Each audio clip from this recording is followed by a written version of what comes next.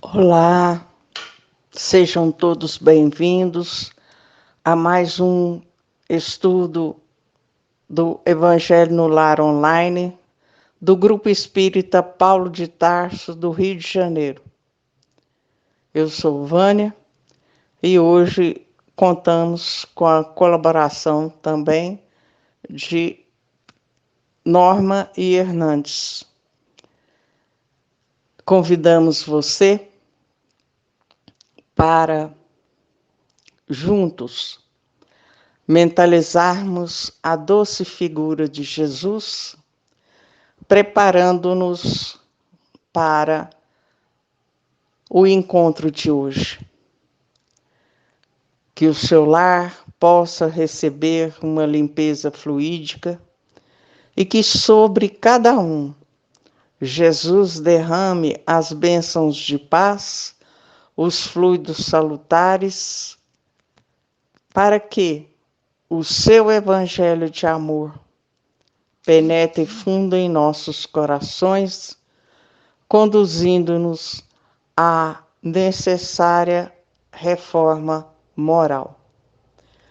Mestre Jesus, com os corações agradecidos, aqui nos encontramos mais uma vez para darmos continuidade ao nosso aprendizado do seu Evangelho de amor.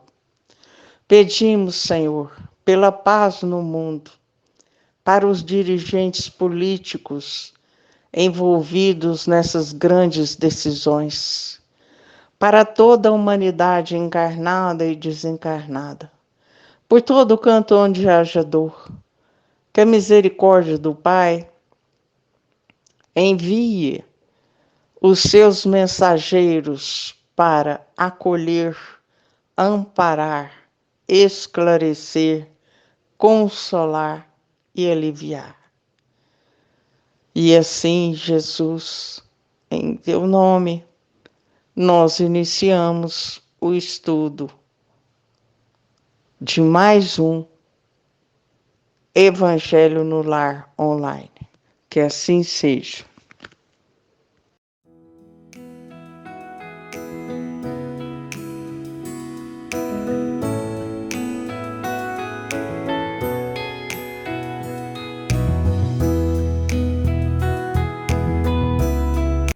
Muito bem, aqui reunidos uma vez mais para o estudo do Evangelho.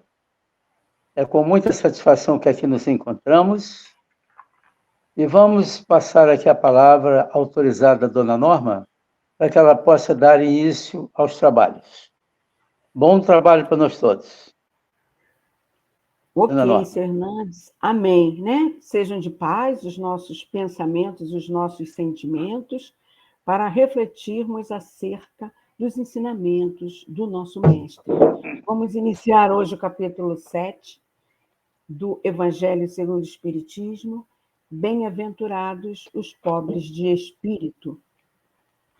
O primeiro subtítulo: o que é preciso entender por pobres de espírito. Então, item 1, bem-aventurados os pobres de espírito, porque deles é o reino dos céus. Mateus, capítulo 5, versículo 3. Desculpem. Item 2.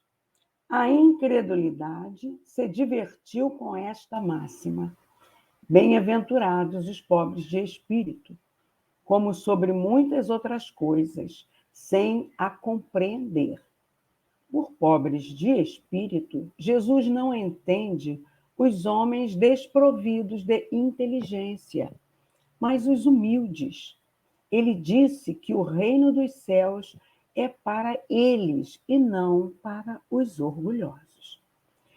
Os homens de ciência e de espírito, segundo o mundo, têm geralmente tão alta consideração de si mesmos, de sua superioridade, que olham as coisas divinas como indignas de sua atenção. Seus olhares, concentrados sobre sua pessoa, não podem se elevar até Deus.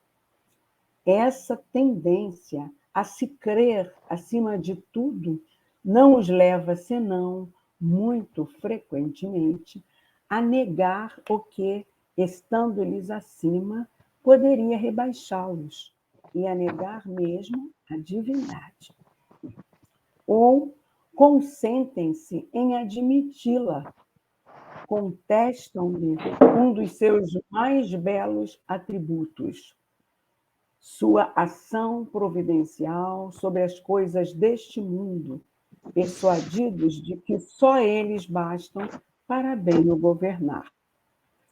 Tomando sua inteligência por medida da inteligência universal e se julgando aptos a tudo compreender, não podem crer na possibilidade daquilo que não compreendem quando pronunciaram seu julgamento. É que ele é para eles sem apelação. Se recusam a admitir o mundo invisível e um poder extra-humano, não é, entretanto, porque isso esteja acima de sua capacidade, mas porque seu orgulho se revolta com a ideia de uma coisa acima da qual não podem se colocar e que os faria descer de seu pedestal. É porque eles não têm senão sorrisos de desdém por tudo o que não é do mundo visível e tangível. Eles se atribuem muito de espírito e de ciência para crerem nessas coisas, segundo eles, boas para as pessoas simples, tendo aqueles que as levam a sério por pobres de espírito. Aqui nós vamos, então, dar uma paradinha para que o seu Hernandes aprofunde o entendimento até aqui. A palavra é sua, senhor Hernandes. Ok. Nós estamos aqui com a Bíblia na mão. Estamos aqui com o Evangelho de Mateus, capítulo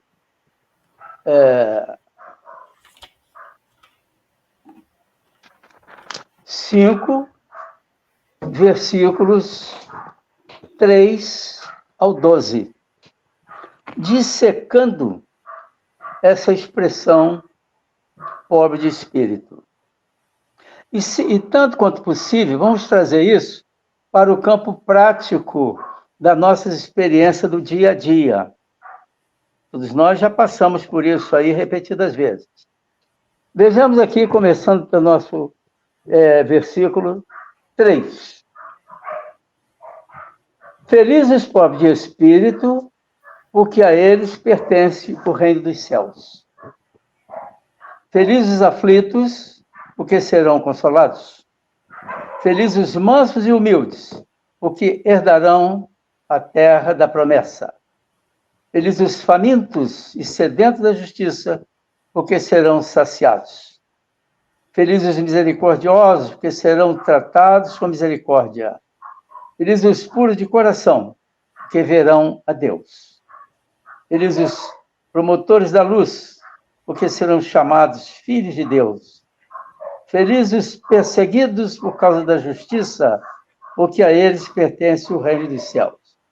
Felizes sereis quando vos ofenderem, perseguirem e disserem todo tipo de calúnia contra vós por minha causa. E, finalmente, ficai alegres e contentes, porque grande será a vossa recompensa no céu, pois assim é que perseguiram os profetas que vos precederam. Aqui está a relação do que Jesus chamou de reino dos céus.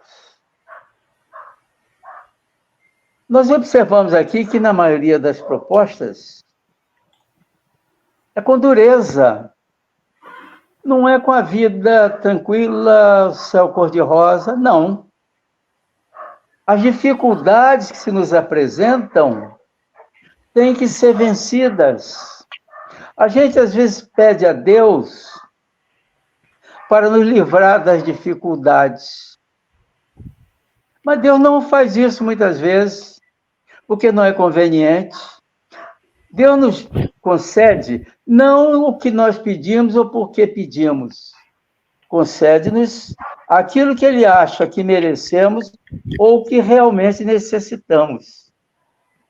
É meio difícil a gente conciliar esse aspecto dor, dificuldade, pobreza, com uma visão de aproximação a Deus. Quando a gente está numa boa, recursos sobrando, disponibilidade, alegria da vida, é fácil chegar a Deus, mas não é bem isso que Deus está esperando de nós, não. Se temos tudo isso, temos que olhar os que não tenham, porque a maioria da humanidade não está assim, não. Está na pobreza, está na busca que não encontra, porque o chamado mundo de expiações, resgates e provas, isso aqui é o que predomina. Então, nós, nesse grupo, nesse momento aqui, discutindo essa matéria, nós somos privilegiados. Por quê? Tivemos a oportunidade de alcançar a grande riqueza da vida. É a riqueza espiritual.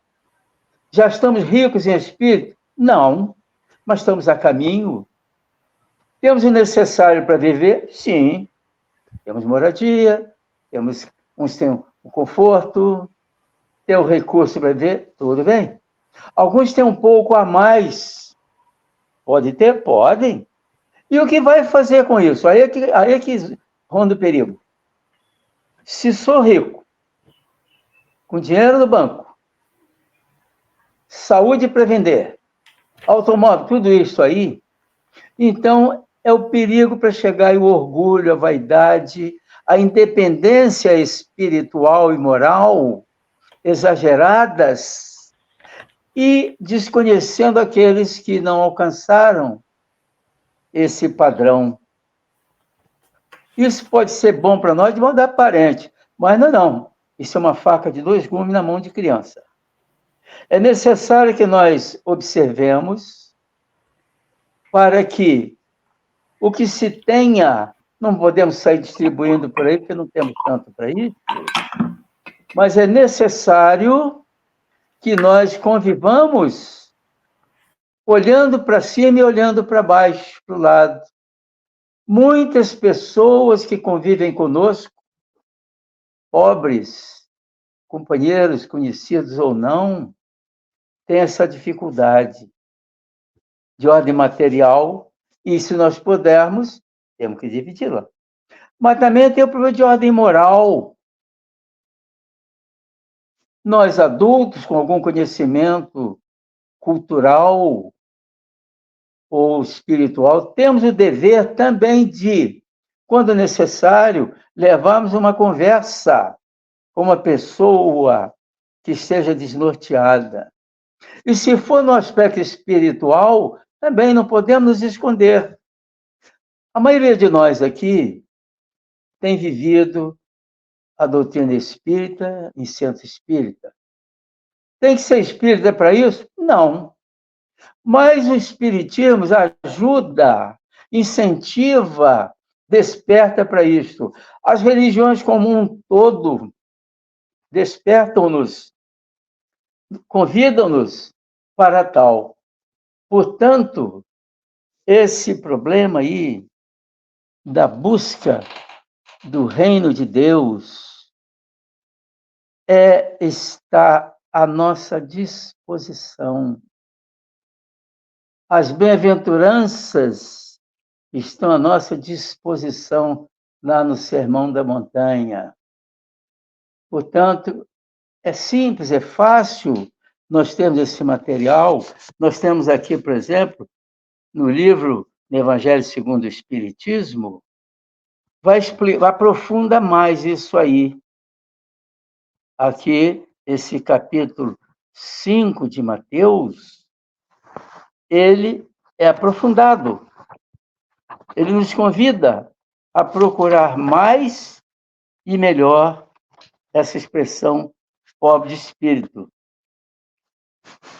Muitos pensam que é o espírito pobre. Não, é um jogo de palavras. O espírito pode ser rico em tudo e espírito pobre. A negação de ajuda, achando-se independente espiritualmente. Deus, em que plano está, não é a precedência. Isso é uma pobreza de espírito inominável. E nós pagaremos muito caro com esse pensamento. Se entrar na atitude disso, então, aí piorou. Esse trabalho nos leva à busca da humildade. Muita gente confunde humildade com humilhação. E se tem cultura, se tem conhecimento, se tem recurso, esse negócio de humildade é mais para, mas não fala a palavra, para o pobre. Ora, meu Deus do céu. Ele tem o capital, mas é de uma pobreza espiritual inominável. Podemos chegar numa miséria espiritual com orgulho e com a vaidade intensos. Então, esta lição nos convida para a humildade. Humildade é o valor maior. Se nós não alcançarmos a ideia dessa humildade, a precedência a outrem, é saber que nós temos um valor relativo, não tão grandioso quanto supomos, não estamos rebaixando, não precisa rebaixar, não. Não precisa me desvalorizar, não precisa isto. Basta eu colocar na justa medida a comparação, eu e o outro. Somos iguais nessa busca. Aqui no livro Evangelho segundo o Espiritismo, tem alguns detalhes que chamam a atenção da gente. Se recusam a admitir o mundo invisível e uma potência extra-humana, não é que isso lhes esteja fora do alcance, é que o orgulho se lhes revolta a ideia de uma coisa acima da qual não possa colocar-se e que os faria descer do pedestal onde se contém. Ora, muita gente em religiões tradicionais consideram o espírita a quem? Umbandista, então, nem pensar. Candomblé, esse, então, é coisa... Enfim. Então, é o orgulho que não nos permite abrir mão. Eu já passei por aí também. Quando estava na Igreja Católica, vivia lá com os padres, aquilo tudo, eu me achava, que vergonha. Acima de tudo isso. Eu tive uma experiência na vida fantástica para quebrar tudo isso, porque isso é difícil de ocorrer, da gente ceder. Eu já contei, mas me permitam repetir aqui. Nesta vida, eu tive uma potência econômica bem acentuada, muitos imóveis, um colégio, dinheiro no banco. Então, aquilo me colocava num patamar de uma vaidade e um orgulho tolos, mas eu não entendia isso. Mas a bondade de Deus veio e me arrasou, tirou tudo de mim. Eu fiquei 2 semanas sem dinheiro para comprar comida. Isso é engraçado, né? Muito bem, ali eu tive que descer a expressão mais simples, ao último degrau da vida, mas não perdi a crença em Deus, graças, e pude recomeçar, né, do nada, do zero, do negativo.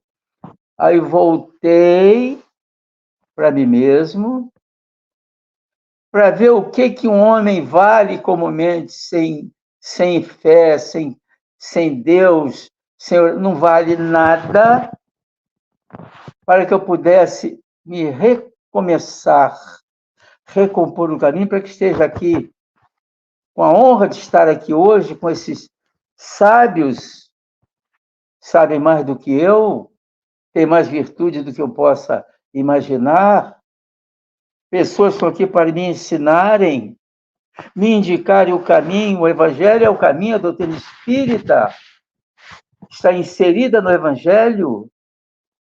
No mais, temos que arrancar de nós, de nossos corações, de nossa mente, o melhor, o mais puro possível. Vamos achar Deus aí? Vamos, mas Deus está secretamente colocado lá. Ele está. Tem que buscar isso com ímpeto, com vigor. Então, ao sentir a luz no coração, sair do ego, sair de nós mesmos, isso só pode ser pela humildade, pela autodoação, pela entrega. A gente consegue isso? Não consegue plenamente, não, mas vale a tentativa, vale o esforço. Portanto, aqui estamos para entrega, para a justa medida do que somos. Nós não somos um zero, não somos isso, não. Humildade não implica eu sou um zero. Não. Isso são palavras que, em verdade, a gente não sente. Vamos procurar os padrões disso. Mahatma Gandhi, Imandulce, Teresa de Calcutá, entre tantos e tantos outros. Então, isso na humildade. Mas nós temos também o conhecimento valorizado, que é de toda importância. Eu vou citar o nome que todo mundo aqui conhece, o senhor Antônio Plínio, fundador e presidente da Ramatiz. Humildade ele não apresentava, não. Eu convivi muito com ele. Ele não apresentava, não. Agora, sabedoria, sim. E ele era claro. Se eu não conhecer nada, eu sou ignorante, não sirvo para nada. Então, humildade, conhecimento valorizado, entrega, busca de Deus, se possível, com os companheiros, como estamos fazendo aqui nesse momento. Se nós fizermos isso com a sinceridade que isto precisa, se nós nos entregarmos aqui com a nudez espiritual de orgulho, vaidade, com a humildade sábia, útil, valorizada, estaremos no caminho. E eu agradeço aqui a cada um de vocês, meus companheiros aí, que dão essa oportunidade de nos ouvir. Eu estou falando para quem? Para o vento? Não, estou falando para pessoas que estão me avaliando o que eu estou dizendo aqui. É o melhor que eu estou dizendo? Não, é o melhor que eu posso apresentar. Espero que a ideia que eu estou tentando transmitir seja uma efetividade positiva. Não vai acrescentar nada em nenhum de vocês, que já sabem mais do que isso, mas vai despertar para que possam tirar de si o melhor, o mais produtivo, o mais valorizado. Muito obrigado. Boa sorte para vocês aí. Dona Norma, complementa isso para a gente, por favor.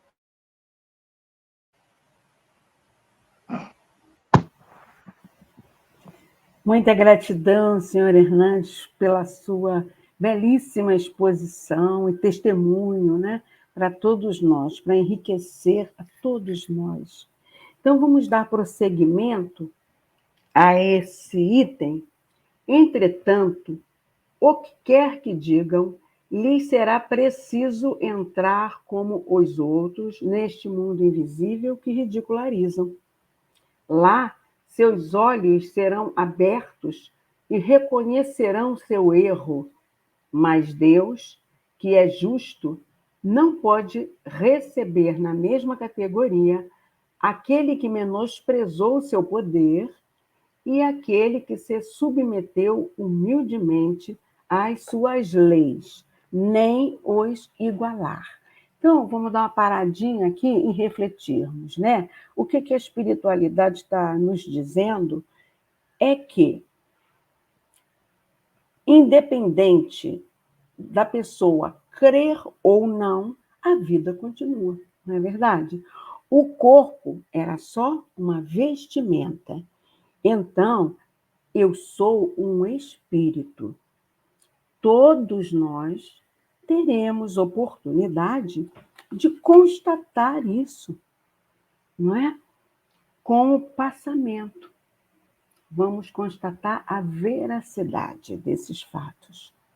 Porém, a forma deste passamento e o local onde este espírito passará a habitar vai depender do estado moral da alma. É a nossa consciência que nos leva para o ambiente para o qual nós vibramos. Assim, o que a gente precisa entender: nós não modificamos porque morremos. Não nos convertemos em superiores só porque morremos, não é verdade? O egoísta continua egoísta e o caridoso continua caridoso. Não há juízes externos. A justiça de Deus está em nossa consciência. O juiz sou eu mesmo. O quanto tenho de acerto ou de erro para eu transformar, a minha consciência vai me dizer. Tudo o que fizemos de errado dói em nós. Às vezes, quando encarnados, por orgulho, afirmamos coisas do tipo: fiz mesmo, né? Fez comigo, eu retribuo na mesma moeda. Ou então, aquela síndrome de Gabriela: eu nasci assim, eu cresci assim, vou ser sempre assim, deixando que o orgulho tome conta do nosso ser. Isso é porque nós desconhecemos que a vida continua. Quem faz isso desconhece totalmente. E assim, quando desencarna, depara-se com o julgamento da própria consciência. As mágoas, os ódios, né? Que eles não permitem que o meu espírito tenha paz e seja feliz. Então, esse negócio de ficar remoendo, eu não perdoo. Jesus já disse, né? Perdoai não 7 vezes, mas 70 vezes, 7 vezes. Remoer mágoa é ressofrer. Não perdoar é prolongar o sofrimento. Adoece a pessoa. Então, impossível nós sermos felizes se estivermos distante do amor. Por isso Jesus falou: amai a Deus sobre todas as coisas e ao próximo como a si mesmo. Vamos dar prosseguimento à leitura do Evangelho. Em dizendo que o reino dos céus é para os simples, Jesus quer dizer que ninguém é nele admitido sem a simplicidade de coração e humildade de espírito. Que o ignorante, que possui essas qualidades, será preferido ao sábio, que crê mais em si do que em Deus. Em todas as circunstâncias, ele coloca a humildade no plano das virtudes que nos aproximam de Deus, e o orgulho entre os vícios que nos distanciam dele. E isso por uma razão muito natural, de vez que a humildade é um ato de submissão a Deus, enquanto que o orgulho é uma revolta contra ele. Mais vale, pois, para a felicidade futura do homem, ser pobre em espírito, no sentido do mundo, e rico em qualidades morais. Não é verdade? Então, meus irmãos, a gente chega, né, ao entendimento que o reino dos céus, o reino de Deus, indica um estado de alma. Ele está em nós. É um sentimento de plenitude que não é um lugar circunscrito no plano físico ou no plano espiritual. É uma dimensão espiritual que pode ser acessada internamente. Cada pessoa tem a capacidade de experimentar a presença de Deus. Agora, quando a gente faz o nosso passamento, nós vamos ter as nossas dificuldades de acordo se estivermos mais espiritualizados ou mais presos às coisas do mundo, não é verdade? Assim, a espiritualidade nos esclarece que a morte natural, seja ela por velhice ou por doença, nesses espíritos que estão mais espiritualizados, ela passa por um desprendimento natural, completa-se antes da morte real, porque o espírito já tem aquela comunhão com Deus, não é? Ele já começa a visualizar aqueles entes queridos que os vêm auxiliar nessa transição. Ele já está preparado para isso e aceita isso com pleno equilíbrio e gratidão a Deus por isso estar acontecendo. Então, ele já tem um elo tão frágil que entre o corpo físico e o perispírito, que ele vai se rompendo naturalmente, não é? E assim, ele pode ter até já recuperado a sua lucidez, de modo a tornar-se testemunha consciente da extinção da sua vida, não é? Ou antes não passa de um ligeiro sono calmo, do qual ele desperta com indizível impressão de esperança e ventura. Agora, no homem materializado, sensual, em que ele não acredita na vida espiritual, né? Quando a morte se aproxima, o desprendimento opera-se gradualmente também, mas demanda contínuos esforços. E aí a espiritualidade nos diz que as convulsões da agonia são indícios da luta daquele espírito que está preso à matéria, que é o que ele acredita que existe. Não é verdade? Sente que ela foge, mas ele quer retê-la com todas as forças e pode mesmo prolongar essa luta por dias, semanas e meses inteiros, porque ele fica resistindo, não é, ao desligamento. Certo, ele não possui toda a lucidez do que um que seja espiritualizado, mas nem por isso ele deixa de sofrer, né? E o vácuo em que se acha e a incerteza do que sucederá agravam-lhe as angústias. A perturbação continua depois que ele desencarna, meus irmãos. Então, a gente vai vendo o quanto é importante nós exercermos, né, a humildade, o reconhecimento da nossa pequenez diante da grandeza do Pai, e assim nós estaremos nos preparando para uma vida futura melhor. um desligamento suave. A espiritualidade explica que, mesmo nas enfermidades cruéis, o espírito que já desenvolveu essa comunhão, né, com o respeito à grandeza do Pai, os laços rompem-se suavemente, entendeu? Porque ele tem confiança no futuro.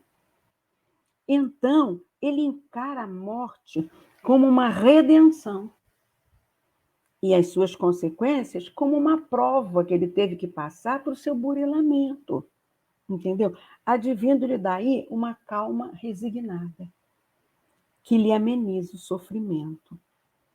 Rompidos os laços, o despertar para o que é espiritualizado é ligeiro, desembaraçado, por sensações únicas de alívio e de alegria. Mesmo na morte violenta, a espiritualidade nos explica, a vida orgânica, assim, em toda a exuberância, né, de força e subitamente aniquilada. O desprendimento para o que é espiritualizado, ele é mais lento, ele é mais suave, porque ele entende rapidamente o que aconteceu com ele. Uma vez eu ouvi uma declaração do Gerson Simões Monteiro, um senhor que era presidente da Rádio Rio de Janeiro, Rádio Espírita. Ele falou que certa vez ele passou por um acidente de automóvel sério e que ele despertou sendo atendido num pronto-socorro. Mas ele, no despertar, como ele era espiritualizado, ele não tinha certeza se ele estava no plano espiritual, porque os médicos estavam todos de branco ao redor dele, ou se ele estava na matéria. Mas ele teve essa serenidade, porque ele era espiritualizado, então ele perguntou assim, onde eu estou? Aí os médicos materiais falaram, o senhor está em tal e tal e tal hospital. Aí ele, com muita calma, viu que, apesar do acidente, ele continuava vivo. Então, está aí a importância de nós nos espiritualizarmos, de nós buscarmos a Deus, não é? Já se acontece uma morte assim violenta com o irmãozinho, que não apegado à matéria, imaginem quão ele vai sofrer, não é? Então, o importante é isso, vigiar e orar sempre, sempre. E o outro caso que a espiritualidade nos pede bastante reflexão é para o caso dos nossos irmãozinhos suicidas, né? Então, eles deparam-se lá no plano espiritual que está excedida toda a expectativa que eles tinham. Se eles pretendiam acabar com uma dor, eles vão entender que a vida continua e que o sofrimento continua. Então, eles precisam de muita oração e a bondade de Mãe Maria que os socorre, né, no Vale dos Suicidas. Nós podemos resumir, então, que tanto maior é o sofrimento, quanto mais lento for o desprendimento do perispírito. A presteza deste desprendimento está na razão direta do adiantamento moral do espírito. Para o espírito desmaterializado de consciência pura, a morte é qual um sono breve, isenta de agonia e cujo despertar é suavíssimo, né? Então, de acordo com a sua evolução moral, o espírito será atraído para os locais condizentes com a sua vibração. E aí, no livro O Céu e o Inferno, na segunda parte, meus irmãos, aqueles que desejarem se aprofundar, há depoimentos de muitos espíritos dos estados em que se encontram, não é? Em função da sua evolução espiritual. E aí nós vamos encontrar os espíritos felizes, que vivenciaram provas da riqueza, que é uma prova dificílima, dadas as tentações do que o poder aquisitivo nos oferece, mas tem ali exemplos da Condessa de Paula, que passou por essa prova muito bem. E ela está num lugar assim paradisíaco, né? Maravilhoso. E ali, nessa segunda parte do céu e o inferno, nós vamos encontrar depoimentos dos locais de todo tipo de espírito, declarações que eles deram, não é? Através da psicografia, espíritos em condições medianas, espíritos sofredores, espíritos suicidas, criminosos arrependidos. Ali a gente vai ter uma riqueza das situações para que nós mesmos construímos com as nossas vibrações para onde iremos habitar. Vamos, então, dar continuidade à leitura para finalizarmos este capítulo, este item 2 do capítulo 7.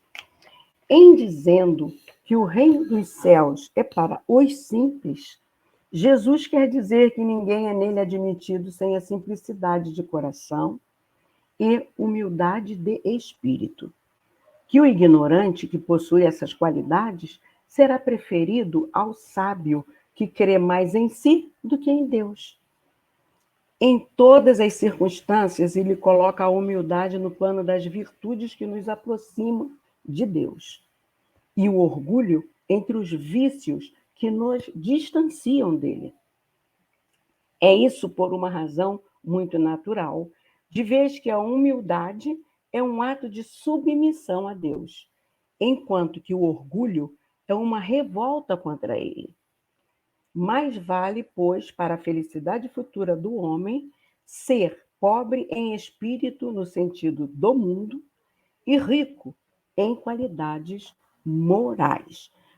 A gente basta pensar que o nosso mestre escolheu seus apóstolos entre os humildes pescadores, não é verdade? Mas que tinham ouvidos de ouvir os ensinamentos dele e viu neles a capacidade de serem multiplicadores desses ensinamentos, não é? Nos tempos atuais, Chico exemplificou todo esse ensinamento do mestre, a humildade dele, para nos servir de lume, para nos inspirarmos a prosseguir nesse esforço e nesse propósito de sermos pobres de espírito, mas ricos na confiança no nosso Pai, não é? O orgulho é o terrível adversário da humildade. É o dileto filho do egoísmo. Esse é a chaga da humanidade. Leon Denis define o orgulho assim: este cancro é o maior flagelo da humanidade. Dele procedem todos os transtornos da vida social, as rivalidades das classes e dos povos, as intrigas, o ódio, a guerra. Inspirador de loucas ambições, o orgulho tem coberto de sangue e de ruínas este mundo.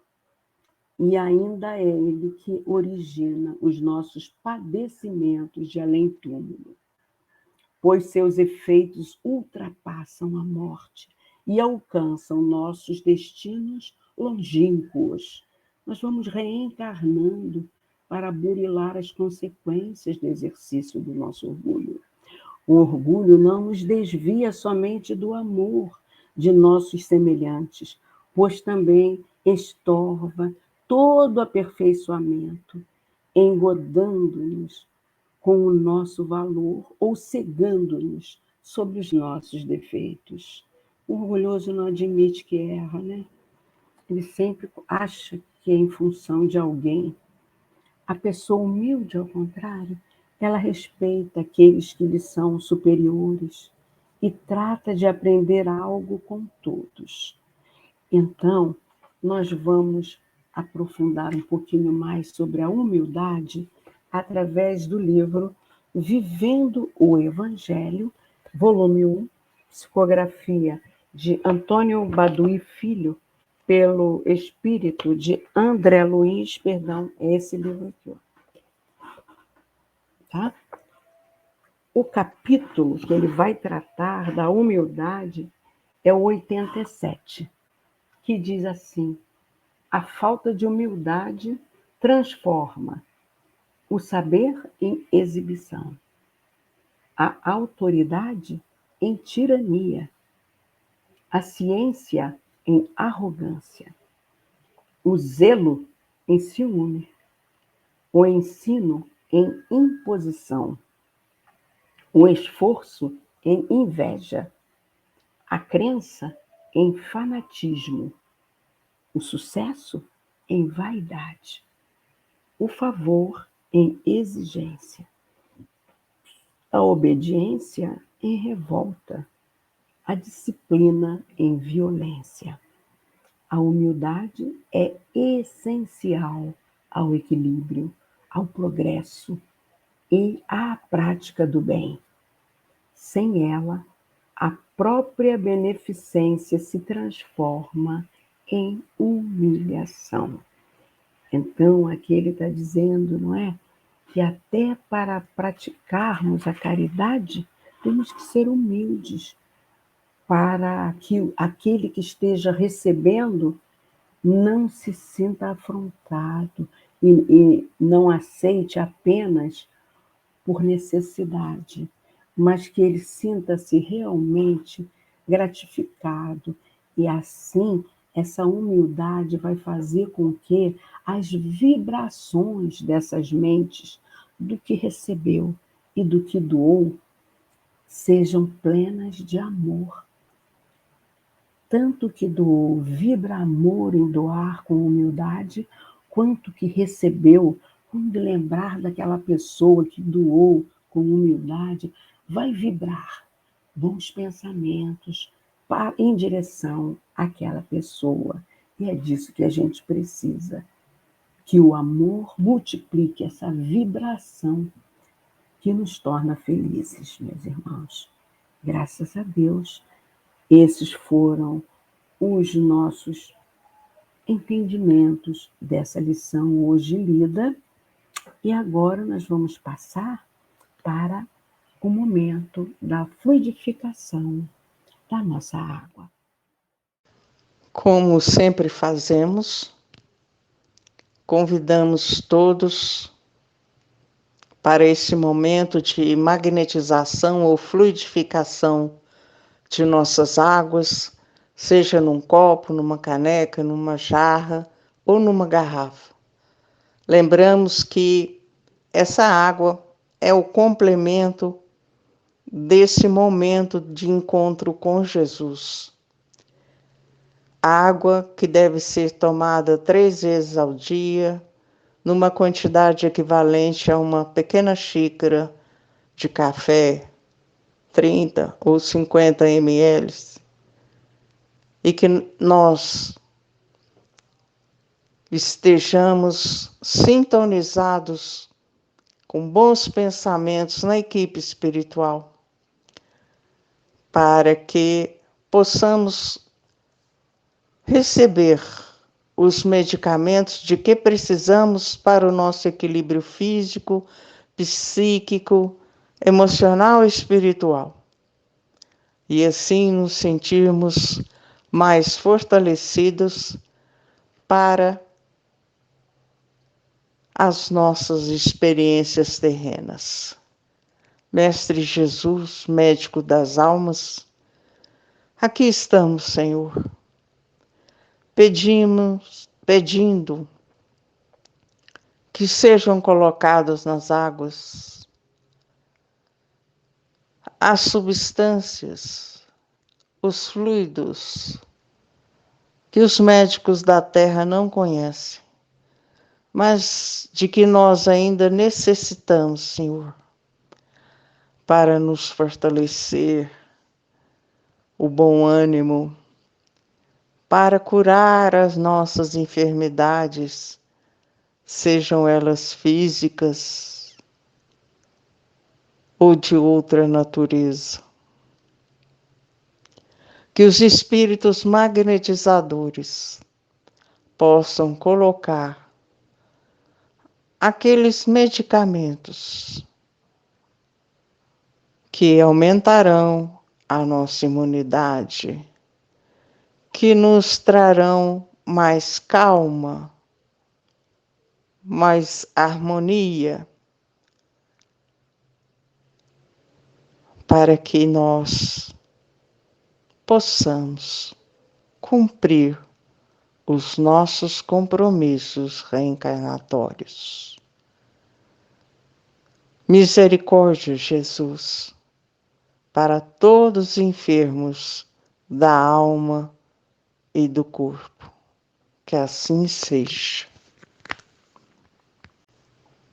Prezados irmãos, mais uma vez com os corações agradecidos a Deus, a Jesus, a direção espiritual do nosso Evangelho no Lar Online do Grupo Espírita Paulo de Tarso, vamos encerrando o nosso encontro de hoje, desejando a todos uma semana de paz, de mais fé e esperança, que todos se sintam mais animados, mais alegres, na certeza de que o amparo divino não nos falta. Sintonizemos com o nosso anjo guardião ou mentor, a fim de que possamos receber-lhe as intuições e instruções que nos auxiliam em nossa caminhada na estrada do bem. Muita paz para todos, um grande abraço e até o nosso próximo encontro.